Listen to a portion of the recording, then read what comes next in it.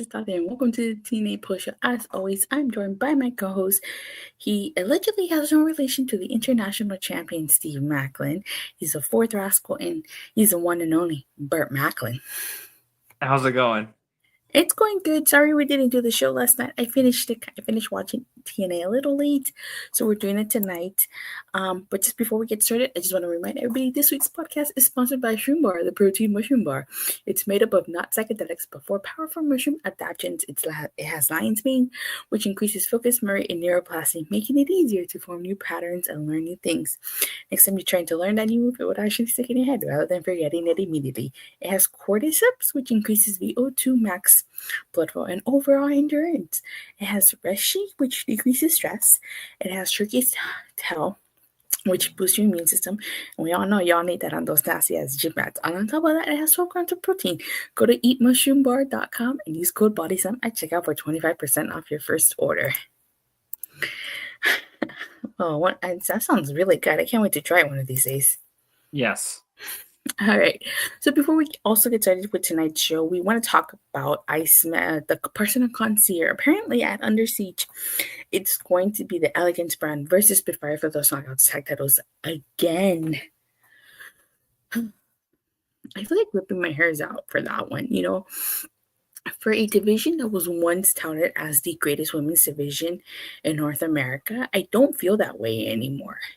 Wouldn't you agree? I don't think that's fair. It's not. Yeah, going back to the inception of these tag belts, I don't think again. Yes, yes, it's a part of it, but to be fair, I don't think that I don't think that the tag division in TNA has ever been great. And honestly, let's not just single out TNA. WWE, it's great. Yeah, no, I know, but I'm just saying, TNA has a reputation of having the greatest women's division. You know, I honestly think that, and we talked about it last week, and I don't know this, but wouldn't be surprised if the releases that WWE made last week that just happened to be a lot of their tag team. They split up a lot of tag teams, and 2 of those tag teams were working with TNA as recently as Rebellion, and that's Metaphor and Gigi and Tatum. I would have to think that played a part in this, because this came out of nowhere. You know what I mean? To get Elegance brand versus, and I don't know if someone can help me. Are they owed a rematch, or no? Is this just another match? Wasn't the Rebellion match their contracted a rematch? Oh, okay then. So yeah, this is just out of nowhere. I don't get this. See, Joseph says, this is getting old. Spitfire and Elegance brand, the Knockout Tag Team division sucks. I'm sorry. It was great till 2022 when everybody was leaving. Exactly.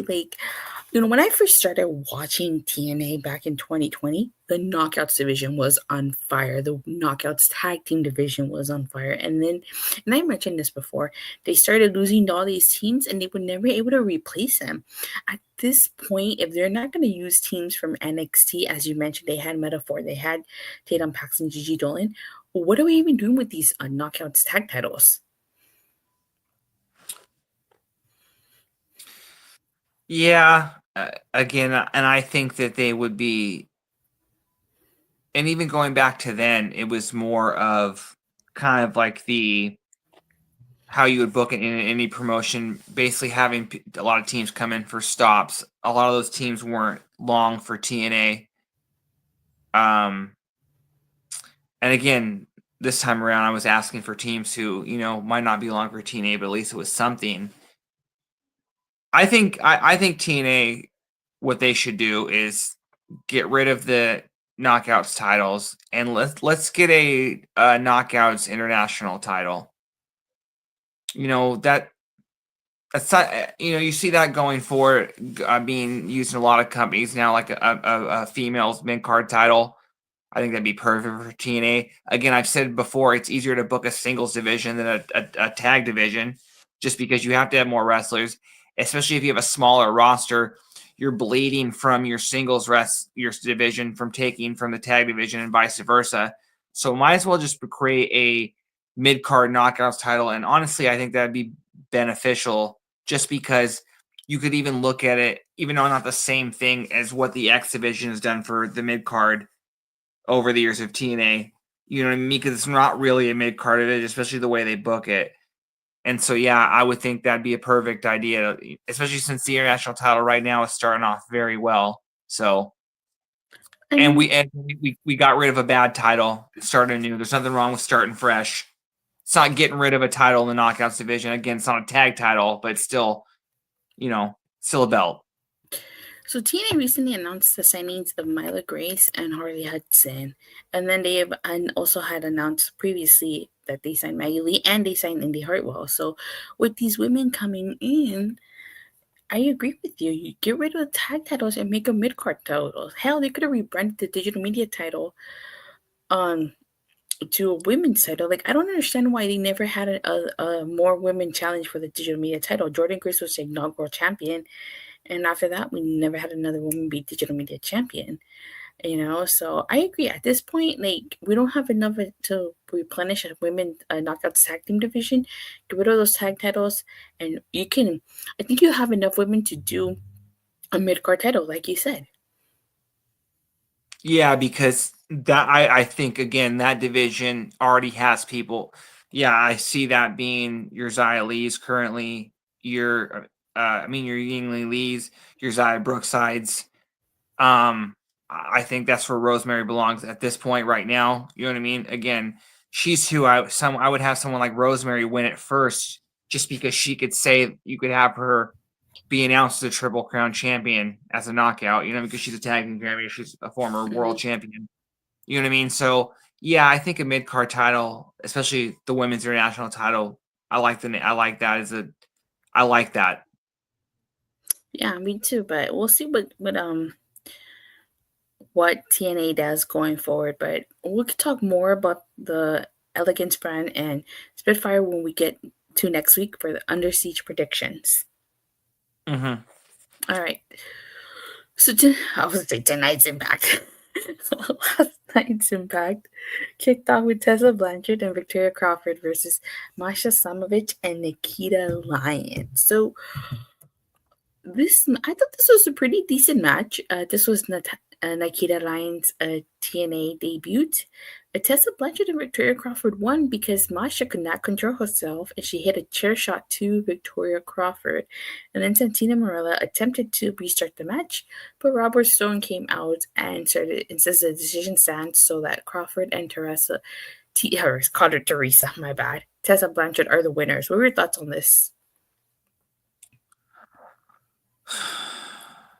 I'm not unused to being called a hater. That's fine. I embrace it sometimes, and I'm not so vain. I am vain that I think that they're personally booking these things for me. But I was, when I saw this match announced, I was fucking furious. Sorry, it's too late. I'm not gonna get this angry. I was like, dude, people know how I feel about Tessa. I'm not a big Nikkita Lyons fan. I'm perplexed on the sudden, bringing in Alicia Crawford and what Robert Stone has to do with this. I was fine with the match, to be honest with you, because then in hindsight, then I'm looking at the ending with the GMs. This almost reminds me of something from the Attitude Era, with the GMs of both shows like arguing with each other. I don't know what's going on with this. And I think I saw somebody question. I think even Idaho asked this. Who is giving Robert Stone his power? Is it the anonymous TNA GM? Like, who is employing him to make? How does he outrank Santino? That's what I don't understand in all this. Is it because Robert Stone is a former TNA guy, so he maybe has some friends? Yeah, I know you. That's a little before you were watching. So he was Robbie. Yeah, I was He was about to brought ask that. he started out with a Jersey Shore gimmick with Cookie as his valet, basically a Snooki ripoff. Oh, Then he came in with Big Rob Terry, where they both kind of wore tight sweaters and were just kind of Jersey Shore, guys. They would come out pumping their fists, kind of a little bit, Rob Terry would open the velvet rope for him, kind of like Private Party a little bit. You know what I mean? okay. And then he formed a team with Jesse Godders from Big Brother, and DJ Zima Ion, DJ Z. They were Who? called the Bands, and they were He, real good. DJ Z, isn't he Joaquin Wild now? Yes, Zima Ion, DJ Z, Walking Wild. Yes, he's wore many hats. That's why Dominic called him the fake Latino, because isn't he like Filipino?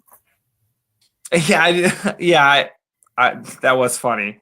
But yeah, so I don't know if he has some friends, in management, but this doesn't make any sense. The segment was wonky. So Joseph says Robertson named himself that. He's so desperate for power. It's pathetic. Nikkita Lyons was actually working as a face when she's normally a heel. That's the result of the hatred of Tessa.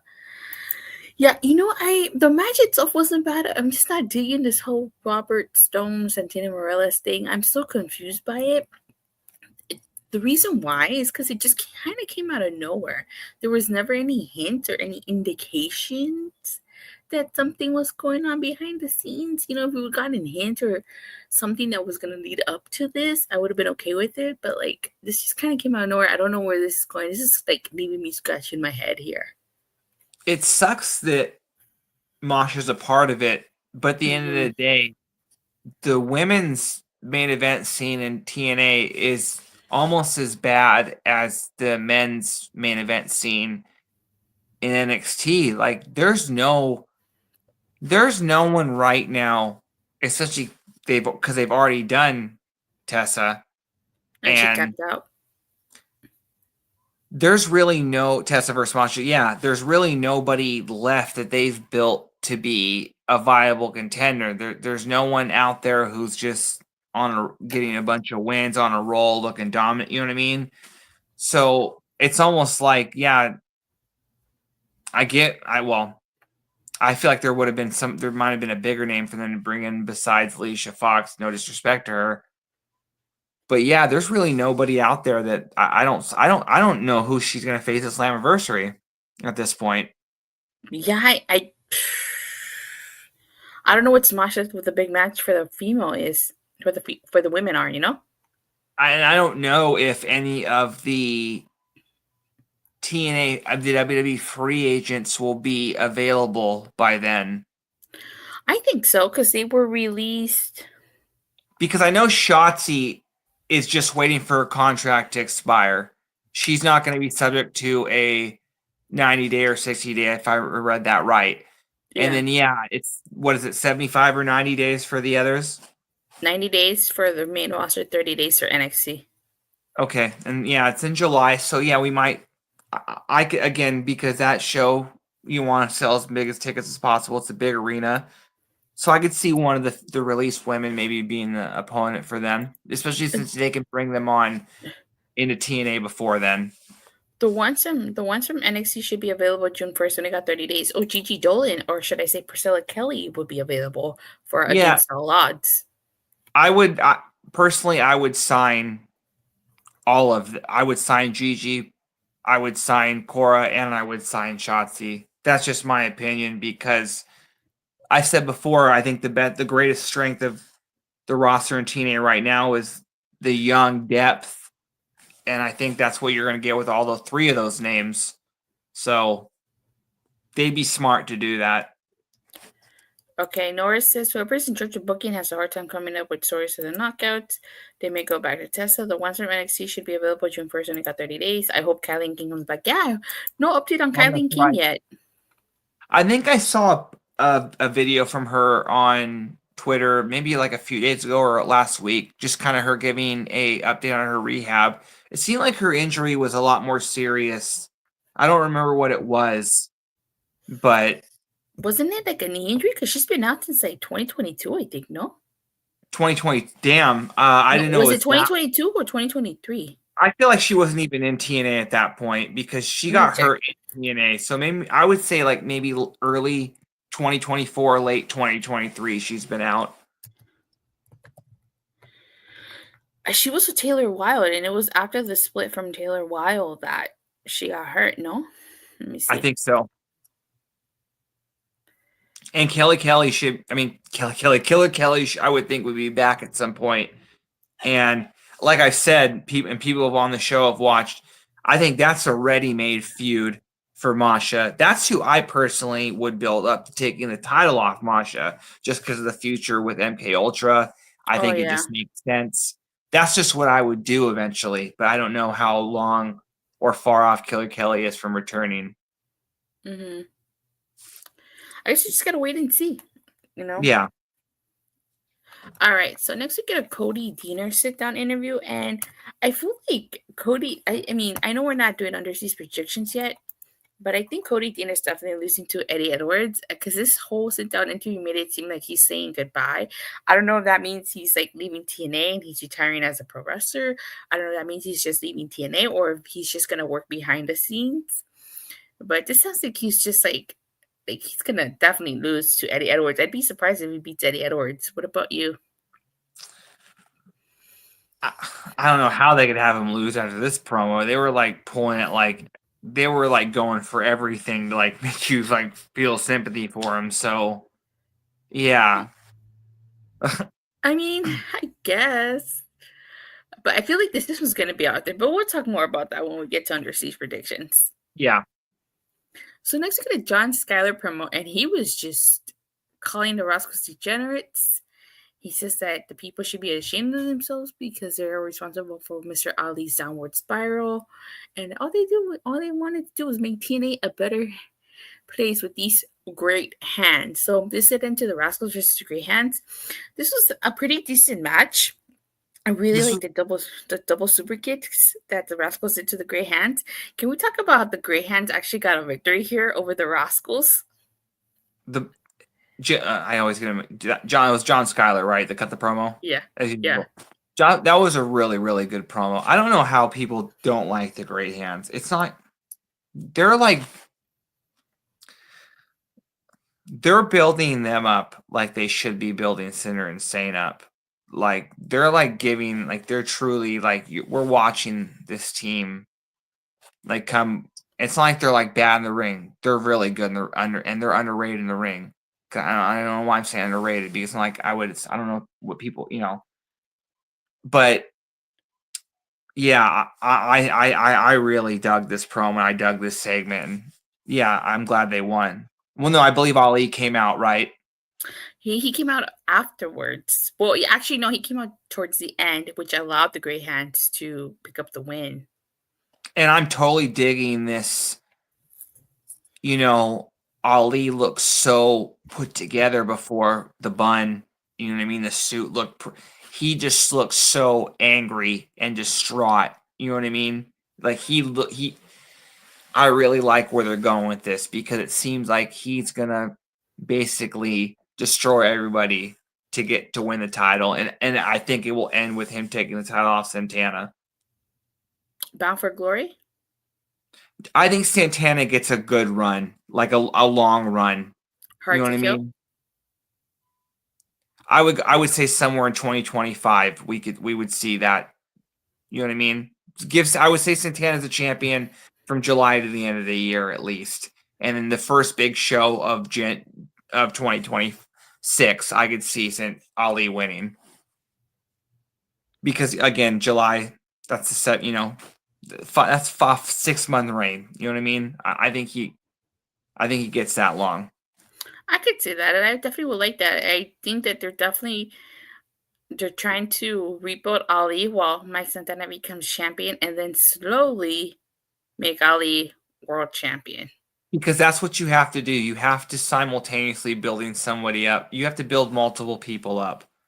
And why we know Santana where we think he's heading, while at the same time, even though Ali lost him, we're going to build him up as well to eventually take the title off him.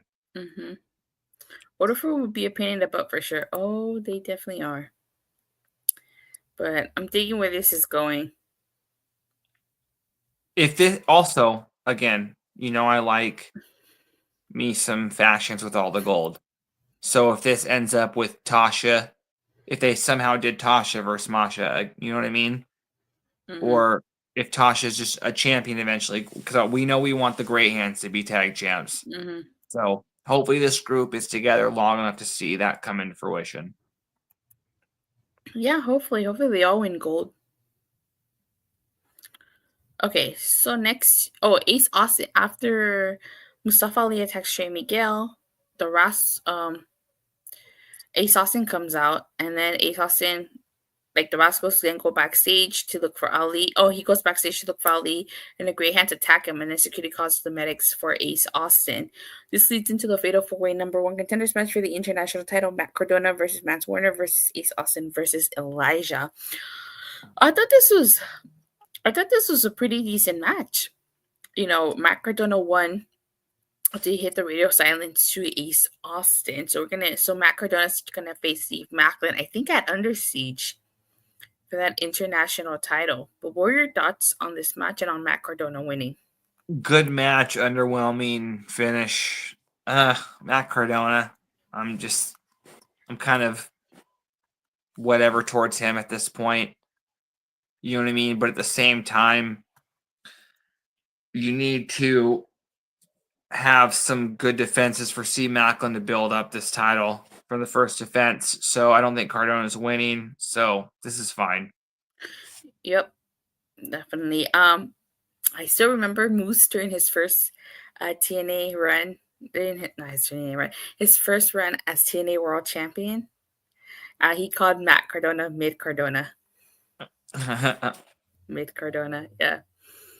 So next we get the first Arianna Grace segment, and Tessa just she is berating her, and possibly telling her about how Cynthia Morella could possibly be out the door, and then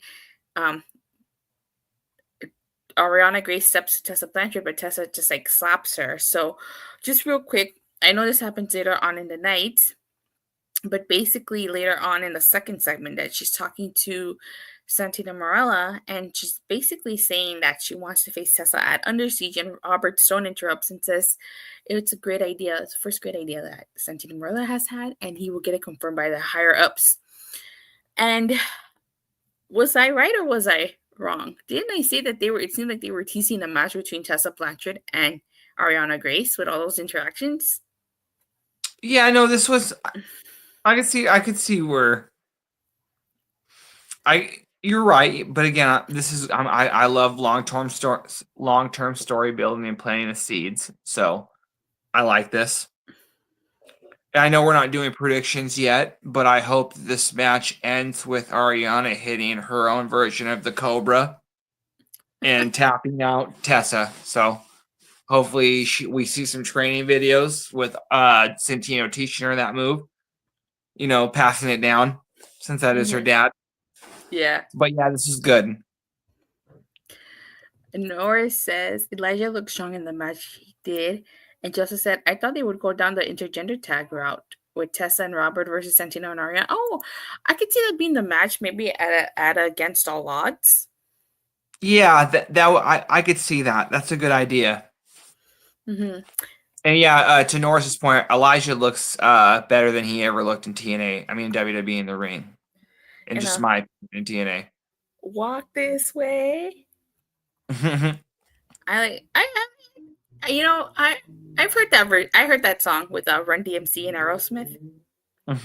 I think there's two versions of that song. I think there's just the Aerosmith version and then the version with Run DMC, right? Yeah. Yes. Yeah.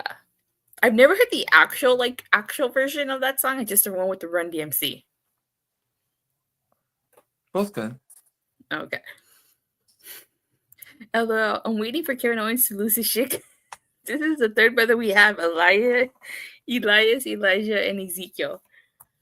It would have been so cool. I know it wouldn't have been possible to pull off, but it would have been so cool if on the NXT Battle Royal they had the three faces of of Elias, Yeah. Elijah, and Ezekiel. That would have That'd been be cool. Yeah. So next we get a first class Penthouse segment. And they're basically saying that they're happy to be there, They're happy to be hosting the show from LA. You mentioned about Luka and LeBron, the Lakers.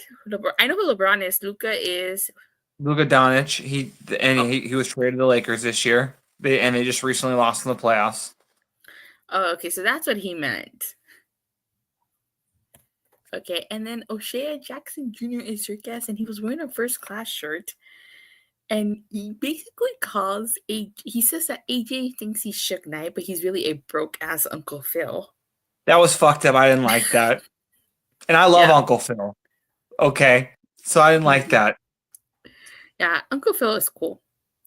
And then Mike Santana interrupts, and first class end up leaving, and then O'Shea Jackson and Mike Santana end up hugging. So I have to say, first of all, I really like first class, and I can't picture, because we didn't get enough of first class when Rich Swann was in the group. So, you know what? I have to say, I really like the Casey Navarro, AJ Francis version. I think that they have a much better dynamic than they did with Rich Swann.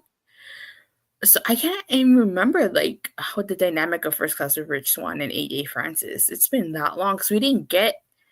He wasn't in the group too long before before they replaced him with Casey Navarro, huh? Yeah, Casey Navarro was a much more natural heel. Rich Swann felt a little unnatural. Again, he was growing into it, and it was good by the end. But yeah, no, this is it's the better dynamic. Yeah, it definitely is. First class has just grown on me. Yes.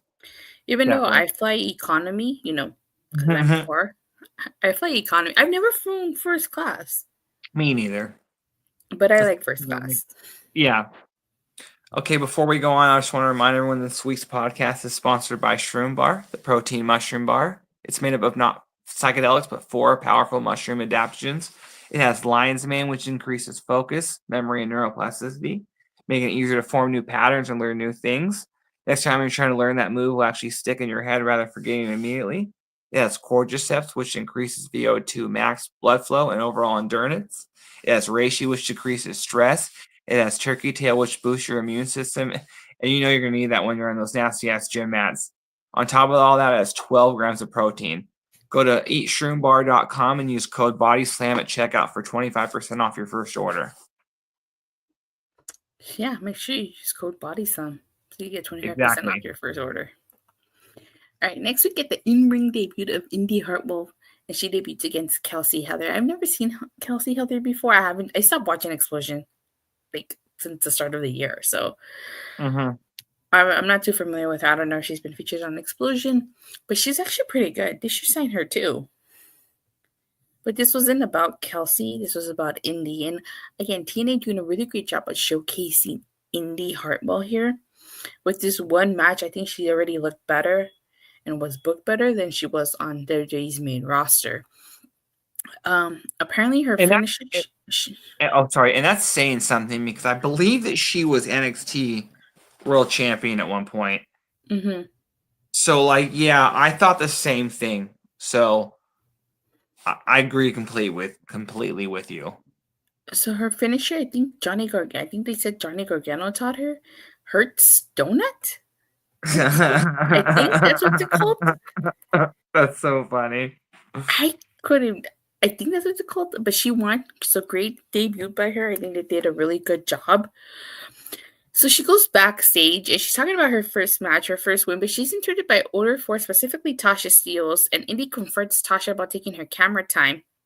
And Tasha Steelz tells her that the injustice of Mr. Ali is more important than she is, and then she will deal with Indi later. So that's going to be a great match. Yes. Tasha Steelz versus Indi Hartwell. That's going to be good. Next, we get Rosemary versus Xia Brookside. And I have to say, I thought this was a good match. We get more and more of a tease of Xia Brookside being corrupted by Rosemary. During this match, she picked up the brass knuckles and she teased using them. She did it. And she shoved the referee out of the way. So, again, is Rosemary corrupting Xia Brookside? Are we going to see I guess you can say a dark version of Xia Brookside. I know at the end of this match, I thought Xia was going to turn and attack Yingling Li, who originally had come out to help her. But no, yeah, I think that's where they're going. I do think she's gonna turn on Li Ying Li though. And that's what I would do. That's what I would do, just because if they're gonna keep the tag belts, yeah, I would obviously Rosemary and Xia. That's a team that they could build. That's what they're going for. I mean, it seems that's what they're doing. So at least that's 3 teams. So yeah, and then at least it's something if they're gonna keep those titles. No, yeah, I agree with you. We need more tag teams. We desperately need more tag teams. Instead of pairing Maggie Lee up with the Elegance brand, they should have paired her up with somebody else. And yeah, it seems like they're signing a lot of night. It seems like that's the priority right now. So it should have been the priority for like the last year, but it took them this long to get there. they're loading right now. Those are 3 quick signings. You know what I mean? Like, I mean, those are 4: Indi, Maggie, Mila, and Harley. You know what I mean? So they should definitely sign Cora, Gigi, yeah, Priscilla, Kelly. Yeah. And like I said, Kelsey Heather, I thought looked really good in her match. So she did. I hope they sign her. Yeah. All right. So we get the second Arianna Grace segment, which I already talked about. So I'm going to go ahead and skip over that. We get a Frankie Kazarian segment. And he's talking about how the SoCal residents of SoCal are traitors because they would rather cheer for a clown like Joe Henry rather than a king. Okay, first of all, I don't think I'm a traitor. I said I believed in Joe Henry, but I did say that I thought Frankie Kazarian was winning. What about you? Yeah, same. So we're not traitors, Frankie. If you're watching, like, we were rooting for you to win. So he caused rebellion in the Los Angeles screw job because he was not pinned and should be champion right now. And the only thing he hates more than Joe Henry are Joe Henry fans. So he introduced, so Trick William comes out. Real quick, that would have been a really good time to debut Scorpio Sky for him to come out and say this is the worst town they've ever been in, because that was a great gimmick. I loved it, and you know what I mean? That would have been money. Because you know what? People, again, you're going to know this more than I do. People think, LA is everywhere. You know what I mean? They were in Irvine. You know what I mean? So it's, and if I remember right, I think Kazarian's from like Yucca Valley. You know what I mean? Which, that's what I'm saying. People just call everywhere down south, they claim LA. You know what I mean? So it's like that made me laugh. So that would have been funny if Scorpio Sky came out, because I never, they were in Irvine. You know what I mean? Norris says good heels always meet mothers on their shortcomings. That's true, right? Because I feel like when people think of SoCal, like Southern California, they think of San Diego, LA, the LBC, Long Beach, and I think maybe Anaheim. Nobody ever thinks of other cities. So like you said, everybody just thinks everywhere is LA. We look no further than WWE branding WrestleMania in Inglewood as WrestleMania Hollywood. When if people have been to LA, especially with the traffic, they know that that's not the same place. That takes a long time to get to those two places. You could Google map it and map it and be like, oh, that doesn't look that far, but it is. It's 2 different cities. It is 2 different cities, and even WrestleMania 21, that WrestleMania went Hollywood, was in downtown LA. That's on the other side of town. Los Angeles is more of a county than a city. Yeah, but that's for sure. That's for, we don't need to rant about that. Oh yeah, we'll rant more about that later. So basically, the whole point of this segment is that once again, Santina Marella tries to make the match official. Give me 1 second. No, and you know what? Again, going back to your point on the seeds being planted in this match, I'm glad that this match is getting made. Although I'm scared of the result, even though I think it's a possibility that Arianna could win, because I don't think that Tessa losing, especially which I predict that there'll be a lot of shenanigans in this match. I don't think it hurts her, but I think Arianna should win this match.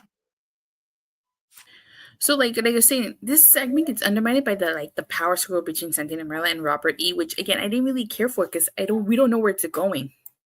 This is almost like when Ric Flair was president of WCW, but Roddy Piper was the commissioner. You know what I mean? There's too many people in power right now.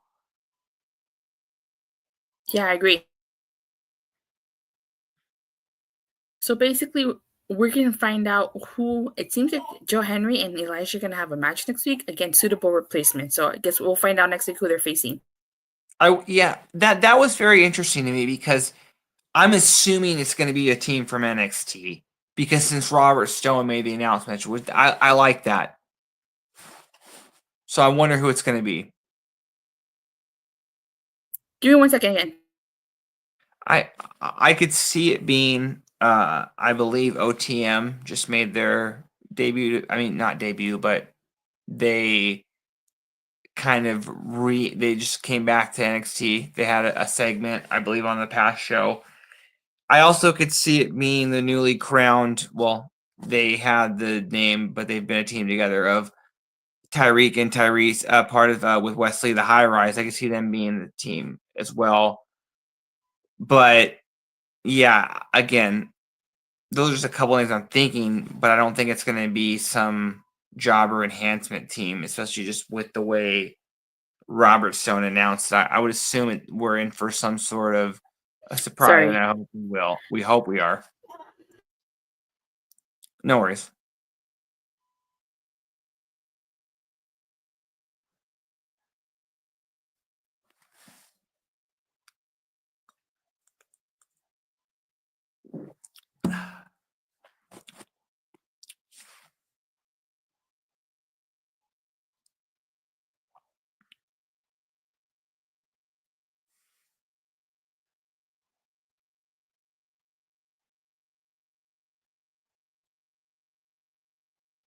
Hello? Oh yeah, I'm still here. Sorry, I can't come back on camera anymore. Oh, no worries.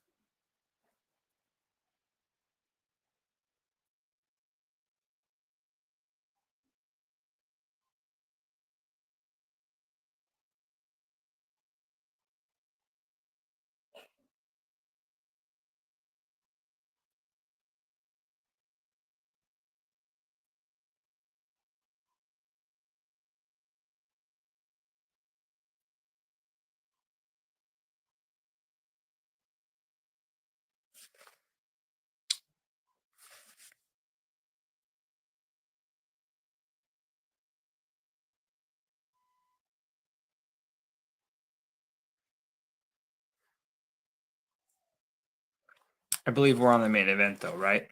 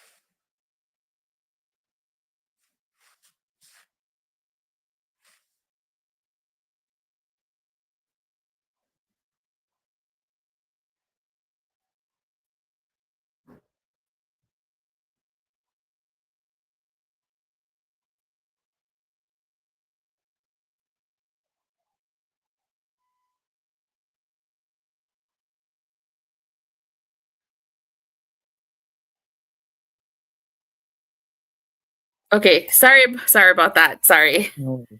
All right, so the main event is Jeff Hardy versus Nick Nemeth. Oh, real quick, I agree with you. I think it's gonna be a team from NXT. Who? I don't know. Yeah. So it was Jeff Hardy versus Nick Nemeth. They're doing this because obviously we know Jeff Hardy cannot go to Canada. I thought this was a really good match. Ryan Nemeth was out there. Matt Hardy. Now Ryan Nemeth was out there. Matt Hardy wasn't out there. And I believe, I can't go back and find it at this point, but I believe somebody told me that, was this their first singles match going back to like 2007? They said it on commentary. I forgot what year. It makes me feel, that's crazy. You know what I mean? So, yeah, I enjoyed this match. Me too. Jeff Hardy gets to win after he does a twist of fate and a swanton bomb. Oh, 2009 when they were both in WWE. Okay. It was revealed on Tuesday Leon Slater will join Matt at Under Siege. Safe choice. Yeah, that's not surprising. We figured that was the case. Yeah.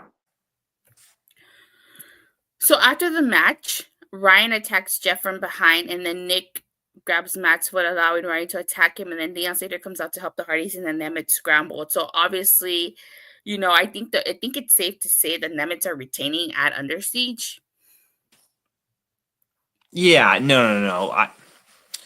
This is a great way to also kind of not, if they want to do another rematch and Jeff say, he was never pinned, they could do that. So I don't think, Matt's winning. I think Leon takes the pin. Yeah, this is pretty predictable. Oh, definitely. Definitely. But that's pretty much it for the TNA. What were your overall thoughts? Solid show. Anyone who's maybe underwhelmed by the card for Under Siege so far, I don't think that means that the show won't deliver. So just have patience. I thought it was a pretty decent show. I didn't really care for the Robert Stone stuff. So, we'll see. We'll see where it goes. Alrighty, where can people find you, Bert? Just at Twitter, Bert Macklin 11. Hey, Rob, thank you so much. Welcome to the channel. Thank you so much Rob. for subscribing. You can follow me on Twitter at @this_. I talk Raw, SmackDown, A3 Dynamite occasionally. And of course, TNA Wrestling. I go live on my channel Mondays, Wednesdays, Fridays, occasional Saturdays and Sundays. And of course, all things TNA, you can join me here every Thursday. We need Trick Williams to win over Joe Henry. We'll talk more about that next week when we get into Under Siege predictions, because I've been preaching that. Yeah. People have got to start giving me credit. I've said a lot of things on this show that have actually happened. Yeah, Rob, if you're new, but that's kind of something that I think not just you, but a lot of people are thinking should happen. I said it from like the get-go when it was announced that we're gonna get a Joe Henry and Trick Williams. Like, I said that from the get-go. Like, they're going to recreate 2021 with Omega, Christian Cage, and Josh Alexander. Yeah, and I think that match sells potentially more tickets. Just the idea of Santana trying to win the belt back. So yeah, completely agree with you. I'm gonna say it right now, and I'll say it again next week. You do not want to put Joe Henry against Mike Santana. You need a good heel to get the entire crowd behind Mike Santana. With how over Joe Henry is, you don't want that. You want Mike Santana to have his moment in his home state, in his hometown. You need to have Trick Williams versus Mike Santana for that world title.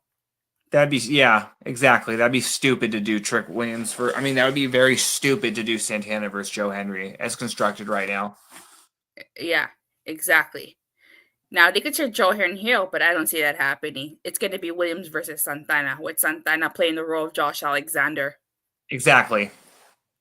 All right, but we'll talk more about that next week for Under Siege. Always, we're going to be here all night. So thank you guys all so much for watching. If you continue to support, please don't forget to like and subscribe. Make sure you hit that bell so you get notified whenever we go live or whenever Body Slam goes live. And we'll see you guys next week as we do the go home show for Under Siege.